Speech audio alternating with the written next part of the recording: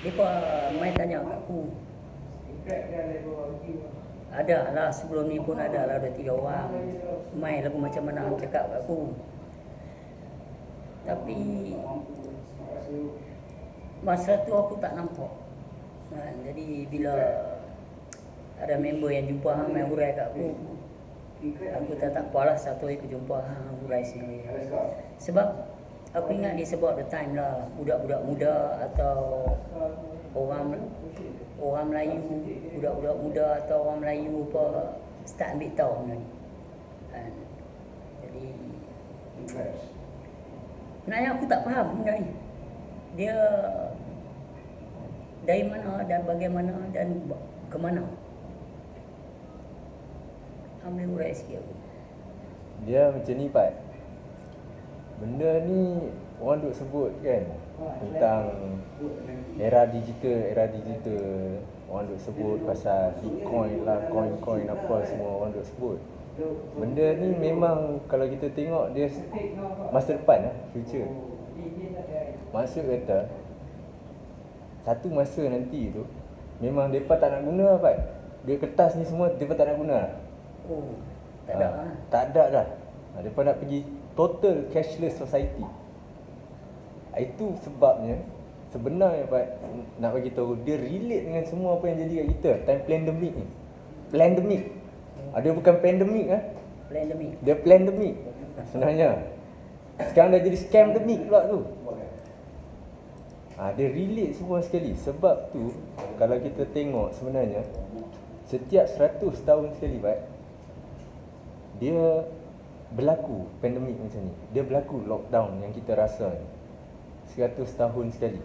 1920, 1820, 1720, lepas ada semua penyakit-penyakit turun. Spanish flu lah, kolera, the Great Plague. Ini 100 tahun sekali dia ada turun benda ni.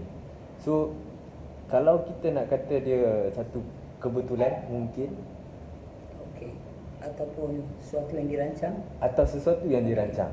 Sebab apa? Kalau kita tengok, macam aku selalu cakap kat luar, aku cakap depa, kalau nak tengok dalam 100 tahun sekali ni, angle mana nak pergi? Kita pergi angle pertamanya, angle kewangan. Kewangan ni angle. Duit lah. Duit. Kenapa? Kalau kita tengok, contoh nak beli kambing dulu pakai 5 gram gold. Dulu kata dulu. Beratus tahun dulu. Tapi sampai sekarang pun masih 5 gram gold. Masih sama. Nilai emas yang kita pakai tu masih sama. Tapi kalau bila kita pakai duit kertas hari ni, dulu harga kambing 500, sekarang harga kambing 1000. Wow. Kita ambil senang Pak. Pergi supermarket, bawa RM50, dulu penuh satu troli 10-20 tahun lepas. Kena time sekarang RM50, bukan cakap apa, dua barang je habis RM50. Yalah. So benda ni dia termasuk sekali dalam perancangan gitu dia kata. Sebab kalau kita pecah balik 1944 ada kejadian yang jadi Bretton Woods Agreement. Ini kalau siapa-siapa geng-geng kita, Bretton Woods Agreement. Okey. Ni siapa-siapa rajin depa Google lah. Itulah saya cakap itu kan. Bretton Woods Agreement 1944. Kita cerita sikit. Dia cantum, dia panggil delegasi daripada berapa puluh negara ni jumpa sekali buat satu tanda tangan perjanjian. Depa lekatkan semua duit negara-negara ni pada US dollar. Okey. Depa lekatkan. Sebab waktu tu US dollar masih lagi ada emas. Tak risau lah. Maksud kata kalau kita buat international transaction ni, nak import export ni pakai US dollar, masih kita pakai emas lagi. Sebab dia ada emas belakang US dollar ni. So siapa saja yang pack tu kira transaksi dia pakai US dollar ni masih transaksi emas lah. Emas ni macam barter trade lah, macam kita dinar dirham dulu lah. Yalah. Lepas tu sampai satu tahap 1971 1971 Presiden US Richard Nixon. Dia ni yang mula paling jahat sekali lah aku nak cakap. dia ni yang mula tarik duit kertas ni, US dollar ni daripada gold. Dia detach ataupun dia decouple, dia tanggalkan daripada gold. Maksud kata US dollar, US dollar waktu tu jadi US dollar kertas saja. So bila kertas saja, dia boleh print sesuka hati. Alright. Kalau dulu nak print duit US dollar, mesti hang kena reserve dulu gold, hang kena store gold. Okey, gold sekian banyak, baru hang boleh print sekian banyak. Baru dia fair. Depends on gold. Depends on gold. Oh, dia kena. Tapi bila dia detach, suka hati aku nak print berapa banyak pun kan. Yang lagi best buat 1968. Sebelum sikit 1971. Aku mana? Ha? Tarikh I see. Ngam-ngam 1968 tu kat Saudi. Depa berjaya wujudkan central bank. So 1971 ni dia nak detach gold tu. 1968 dia buka dulu central bank kat Saudi. Saudi setuju. Sebab apa Saudi? Sebab dia nak beli minyak. So waktu tu dia boleh lah beli minyak pakai duit kertas je. Tapi ada lagi gold. Sebab 68 kena 71, dia cabut gold, pisau. dia print duit, ambil minyak. Dia print duit, ambil minyak. Dia print duit. So itu cara dia rompak. Indirect. Itu dia rompak. Saudi sebenarnya bertahan lama agak tu. Sampai 68 tak tahu kenapa event tu berlaku. Bangun juga central bank, bank negara kat Saudi. Yang mana central bank satu dunia ni dia melekat dengan Federal Reserve. Kita panggil mother dia, mak dia. Semua orang kata duit, kiraan balance sheet, kunci kira-kira ni semua naik, semua pergi dekat Federal Reserve ni. Satu dunia. So, daripada 1971 tu start duit kertas tu terapung-apung, makin depa print, makin jatuh nilai. Makin depa print, makin jatuh nilai. Tapi kalau kita nak cerita jatuh nilai duit ni, ambil RM10 hang, takkan nak koyak bagi jadi RM9 kot. Tak boleh lah. Tak jadi. Jadi apa mereka buat? Automatik harga barang naik jadi mahal. Tadi barang hang nak beli RM10, hang bayar duit RM10. Tapi nak jatuh nilai tak boleh. So apa mereka buat? Mereka bagi harga barang tu jadi RM11.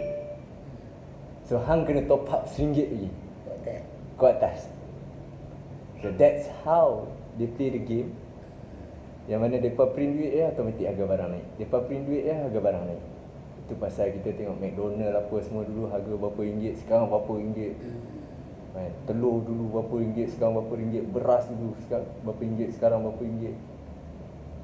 Because all this dia panggil makro, dia gambar besar dia. Ini yang orang ramai terlepas pandang sebab gambar besar kan. Ya. Satu. So bila dia sampai ke 2020, kalau kita cerita bab kewangan, dia pergi kepada nak cashless lah. Okay, cashless ni apa bestnya? Mereka boleh print lagi banyak lagi suka hati mereka boleh buat. Lagi under mereka punya control.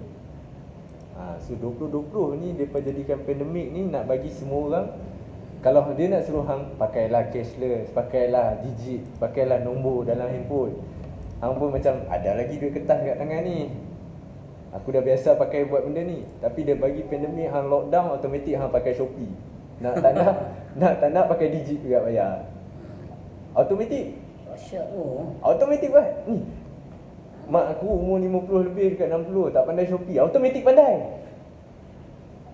Pandemik automatik pandai. Terpaksa masuk dalam tu lah. Terpaksa masuk. Sebab apa? Hang tak keluar rumah, hang nak pergi ATM bila? Hang nak keluar duit kertas bila? Lepas tu dia siapkan nak bayar bil semua ada online dah. Hang nak buat apa pun ada online dah. So nak tak nak hang pakai je lah digit. Hang tak pakai kertas lagi dah. Automatik. Itu sebenarnya tujuan pandemik tu berlaku. Sebenarnya untuk kali ni. Kalau pandemik dulu berlaku, dia ada tujuan dia masing-masing. Itu yang cakap pandemik tu. Itu yang kata pandemik, betul. Okay. Sebab kalau tahun 1820 punya pandemik, dia ada tujuan dia masing-masing. Tujuan dia sendiri pula Pak. 1820 tujuan dia adalah untuk establish ataupun mulakan doktrin common education. Ini kita boleh tengok 1837 Horace Mann daripada US. 1837 dia start silibus education yang mana okey, ini silibus engineer, ini silibus doktor, ini silibus law, Ini silibus keagamaan. ini silibus keagamaan, betul. Ini silibus sejarah. Ini silibus so on and so on lah. Okey. Kenapa mereka start buat macam tu? Sebab sebelum 1820 tu, tahun 17 lebih, daripada zaman butter trade ni, depa butter trade bercucuk tanam, hang tanam padi, aku tanam sayur. Kita tukar janji makan cukup lah. Yang tanam tebu. Tu tanam tebu kita minum lah. Tukar kita hidup lah. Okey. Tapi sampai satu tahap depa dah mula jadi tauke. So depa hire hang jadi buruh, aku jadi tauke. Ni tanah aku punya, hang kerjakan tanah aku. Okey. So bila buruh dah terlalu ramai, depa dah jadi tauke, siapa nak buat law-nya? Siapa nak buat account-nya? Ya. Sekejap lagi dah buka kilang pula. Kalau ada orang sakit, siapa pula nak jadi doktor? Ya. Itu pasal pandemik dia nak automatikkan orang start masuk universiti, start masuk sekolah. 1820. Itu cerita 1820 punya pandemik. So depa start establish this common education, jadilah kita lembu dicucuk hidung. Memang kena cakap kasar sikit lah benda ni. Kan? Kasar benda betul tak apa. Nasihatnya, hang pergi sekolah, hang belajar rajin-rajin, hang dapat grade bagus-bagus, hang dapat kerja bagus-bagus, hang dapat gaji besar. Itu nasihatnya. So habis kat situ, hidup hang rotate. Macam tu lah. Macam tu lah. Rotate buat apa? Dapat gaji, bayar hutang. Dia tunjuk papa agak hang banner-banner besar tentang kereta mewah, tentang rumah mewah, supaya hang kerja benda tu tapi dengan hutang. So hang kerja pangkat, hang kerja gaji, tapi untuk hang bayar hutang. That's all. That's all. Dia doktrin macam tu, dia program hang sekali jalan kan. Hidup-hidup, lahir-lahir, start je tadika, that's it. Bye-bye. Nah, dia dah tanya hang, cita-cita nak jadi apa? Doktor ke, lawyer ke, engineer ke? So nak jadi semua benda tu kena buat apa? Grade bagus lah, baru boleh masuk universiti. Dah keluar universiti macam nak dapat kerja, score lah. So mereka buat benda ni semua ikut apa yang mereka nak lah ni, supaya mereka benefit. So mereka suap entertainment, mereka untung kat entertainment. Mereka suap hang makanan yang, contoh lah, cerita sikit, dalam Netflix pun ada benda ni. Atlet, saintis dengan profesor, mereka kata protein sebenar bukan daripada daging. Sebab apa? Mereka sebelum ni war-warkan macam propaganda, kalau nak badan tough, nak jadi besar, nak maskulin, makan daging. Tapi atlet hari ni dengan doktor, dengan saintis dah prove kan, orang terkuat di dunia boleh angkat kereta vegetarian. Veggie people level 2 lah. Okay, yang interesting ya pasal apa? Dia cakap simple formula, dia kata hang makan daging tu lembu. So maksudnya hang ambil protein lembu tu, hang ambil kekuatan daripada lembu tu, hang ambil zat daripada lembu tu, yang hang kata kuat tu. Lembu makan apa? Lembu makan rumput. Dia potong kot tu.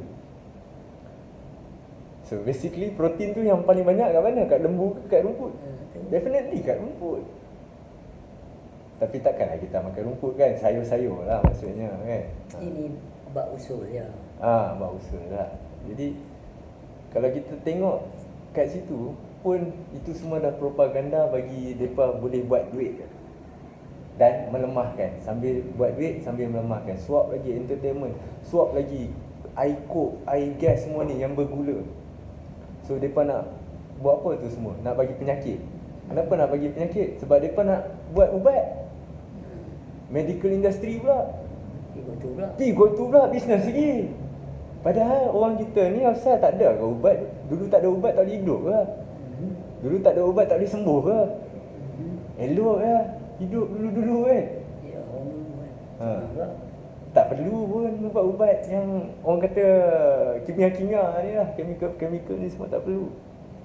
So mereka pergi ikut semua bidang sampai ke media hari ni. Kalau kita duk percaya media yang ada ni pun, semua mereka dah pegang. Control game. Dia nak bagi hang rasa takut, dia bagi satu news kat hang. Dia nak bagi hang rasa tamak, dia bagi satu news kat hang. Dia main banyak kali. Depa bagi macam tu lah. So nak percaya media memang susah. Baik percaya konten yang ada ni kan. Orang-orang kita ni baik percaya yang tu. So semua sekali ni depa dah ibarat macam satu perancangan. Jadi kita ni duduk dalam kolam depa yang dah kena software tak boleh pergi mana. So itu Pat, kalau kita tengok hang tanya hari ni apa nak buat, ramai orang cakap apa? Politik semua sama lah. Siapa pun naik, awal-awal janji manis, bila dah naik belah kot lain. Betul tak? So hari ni orang sebenarnya lose hope Pat. Sebab apa? Lose hope. Mereka tak boleh nak harapkan kerajaan. Mereka tak boleh nak harapkan pemimpin lagi dah. Okay. And at the same time, ekonomi diorang tak terjaga. Nak pergi kerja tak boleh kerja. Nak kerja tak ada peluang pekerjaan. Kerja pula mereka tak boleh bayar macam dulu dah. Dah tak boleh bayar macam dulu. Itu lah. Kita ambil comparison gaji je. Dulu keluar degree gaji 1,200. Tapi waktu tu harga kereta baru 30,000. Kereta pujuk Pat, ni cerita lebih kurang dalam 40 tahun dulu. Keluar 1,200, kereta lebih kurang dalam 20-30,000. Sekarang keluar degree 2,000. Okey, ada yang 1,600 kat member aku, tapi tak apa lah. Kita ambil average 2,000. Harga kereta dah pergi 100,000. Harga kereta pujuk yang sama tu dah pergi 100,000. So maksud kata kos harga kereta tu naik 3 ke 5 kali ganda, tapi gaji kita baru naik sekali ganda. Ini nak bunuh orang ni saya Pat.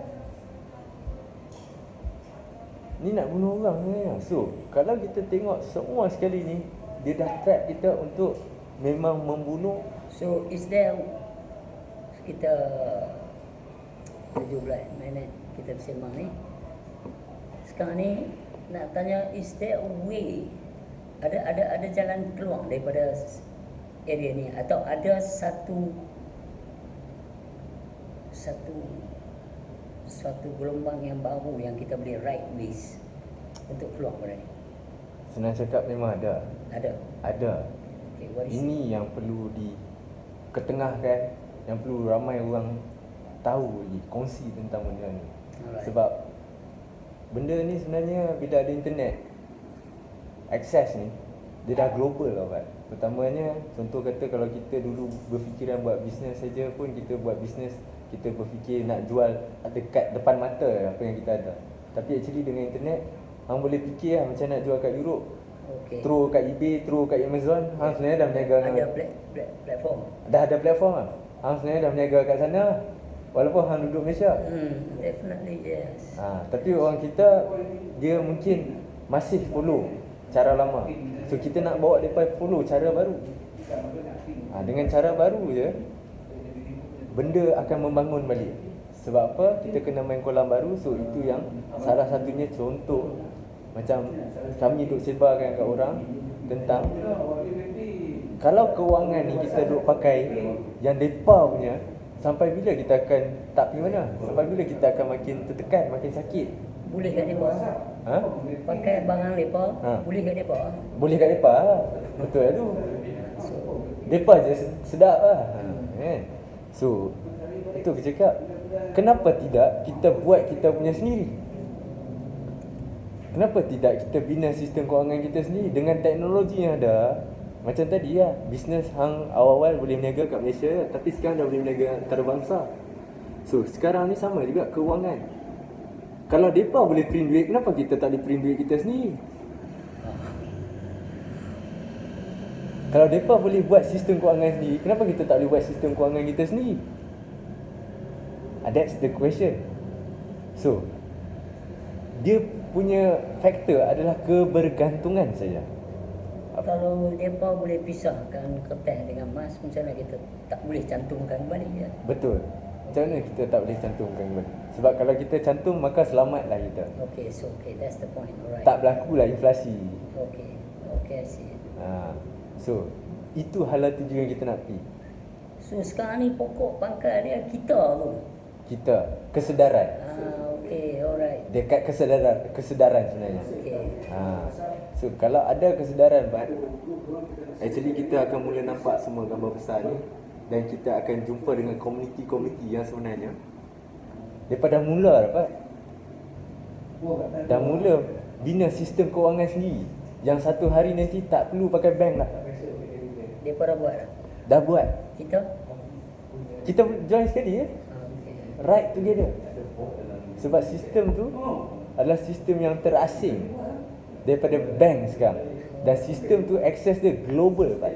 Hang duduk kat Indonesia ke, hang duduk kat Malaysia ke, duduk kat Europe sekalipun, hang boleh pakai sistem yang sama. So kita kena ubah kebergantungan kita pada current system at the moment, banking system, duit kertas punya sistem, kepada sistem yang baru ni. Tapi biasalah bila sebut benda baru, hang tak boleh lah expect terus semua bisnes ada dalam sistem tu immediate. Dia proses lah. Hang kena proses lah. Ada fasa 1, ada fasa 2, ada fasa 3, fasa 4, and so on kan. Jadi fasa 1 tu benda apa kena buat dulu?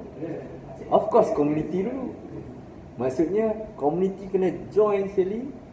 So bila kelompok community dah besar, automatic ekosistem ataupun komponen-komponen lain akan join together. Contoh macam satu bank, tak kala dia mula. Kalau kata sebut pasal community ni, can you name one community, contoh dia whatever name lah, yang sedia ada yang boleh orang cari. Big boys What? Big boys. Big boys. Nak dalam YouTube ada? Hang Google ke, hang YouTube ke, Malaysia punya. Orang Melayu punya. Orang Melayu, anak muda punya, Pak. Anak muda Melayu. Ya. Big Boys dia punya ni. Okey. Big Boys Academy ke? How to spell it now? BIGBOYS. Lepas tu Academy. ACADEMY. Okey, yang tu yang anak Melayu Malaysia buat ni. Betul. Yang kata yang gonna rights. Apa ni, the wave ni. Betul. Dia itu nak tahu pasal kau mana tahu kau ada di luar sana. Ada setengah orang dia tak suka dengan conversation. Ada setengah orang dia malas berfikir. Ada setengah orang dia tak ada masa. Correct. Ada setengah orang dia macam contoh aku masuk sini tak apa. Macam aku cakap bab-bab usul, bab-bab apa semua. Bab-bab ilmu mengenai Allah ni. Bila satu orang masuk tak pernah ada usuluddin, tak pernah ada pengajian-pengajian asas dan awal, dia pun akan menentang. Dia bukan cakap di level, on that very level of their understanding lah. Sebab dia, so hari ni sebelum aku nak sembang jauh-jauh atau nak hurai jauh-jauh, kita bagi platform yang ada supaya mereka boleh Google. Betul. So okey, contoh satu lagi, aku suka benda ni bagi tahu apa dah masa kita rakam. Contoh dia kalau lah aku sendiri selepas ni atau kawan-kawan aku, sahabat aku banyak yang hidup susah, yang nak berubah, kalau dia nak hubung, kalau berani ke bagi tahu lah, ada ke masuk ke channel, ada ke channel yang boleh hubung selain pada tu, dan directly contact, ada ke nombor yang boleh di contact? Boleh Pak. Hang call ni satu yang ni Big Boys. Big Boys yang sebut tadi. Betul. Daripada team team. Okey, so kalau contoh kata kalau dia nak call direct, boleh? Boleh. Depa WhatsApp ke, depa call ke, depa nak tanya question apa semua kan. So melalui yang tu penting, yang tu pasal aku nanti ramai orang tanya aku. Pasal aku suka bila hang buat sesuatu movement tentang kebangkitan anak Melayu dari segi ekonomi, dari segi spiritual side, dari segi bila poket ada isi. correct. Mereka pun senang nak move. So tapi tak, mereka mesti kena ada education apa semua. Bila nak kena ada benda ni, mereka kena ada tempat untuk rujuk. So bila kita sembang lah ni, aku nak tanya, ada siapa-siapa boleh call? Ada Pak. Even ni hari Jumaat ni pun ada seminar RM10 Pak. Seminar RM10. RM10 lah. RM10 punya seminar. Siap ada dapat free gift lagi. Nak tahu apa free gift? Contact dia ni admin lah, admin depa. Ada nombor phone? Ada sat. Okey, 016 016 424 424 2939. 2939. So depa call, kalau depa nak tanya hal ni boleh lah. Boleh. Sebab depa ada group sekali. Depa ada group. So siapa-siapa nak join dalam group Telegram depa tu join. So gain ilmu, gain something awareness kat situ. Lepas tu bagi aku sebab terlalu banyak anak-anak Melayu bunuh diri, orang stres, orang tak ada spiritual side dan saya tu economy side. betul pak. It's totally depressed sampai jatuh ke dalam kaedah kemurungan. Betul. So itu sebab aku cut sebelum kita sembang panjang-panjang, bring them to the boring or loss of the moods to focus. Bagi kontak terus. Contact terus. Macam aku dia tulis dekat WhatsApp aku kan. Aku buat video, aku tulis nombor WhatsApp aku. Pasal apa ustaz-ustaz yang hentam aku tak WhatsApp aku? Betul, Pasal apa daripada tembak ke YouTube dia see. So hari ni kalau hang nak cerita tentang nak bantu anak muda Melayu dari segi satu new wave yang apa ada ni yang tengah meletup, dari segi spiritual side dan segi ekonomi, bagi kontak tu. Betul. Tu tadi nombor tadi. Tadi nombor tadi contact kan. Senang Contact, macam. lepas tu nanti depa pandai lah masuk dalam group lah, pergi seminar ke apa ke. Contact Okey, lah. sahabat semua, kawan-kawan. Ini dekat 30 minit yang sembang ni pasal aku dengar anak muda Melayu ada buat satu channel yang sempoi yang dah mula dapat sokongan. Aku ni kecil manis tinggi. Kalau aku mampu pun tak ada nak beritahu benda ni. So hari ni aku main lepak dengan dia. Aku nak dengar. Dalam masa dia urai tu aku fikir ada lebih baik kontak tu hampa. Pada yang nak sila hubungi. Dia pun nanti bagi detail. InsyaAllah. Okey ya? Okey apa? Baik, selamat. Assalamualaikum.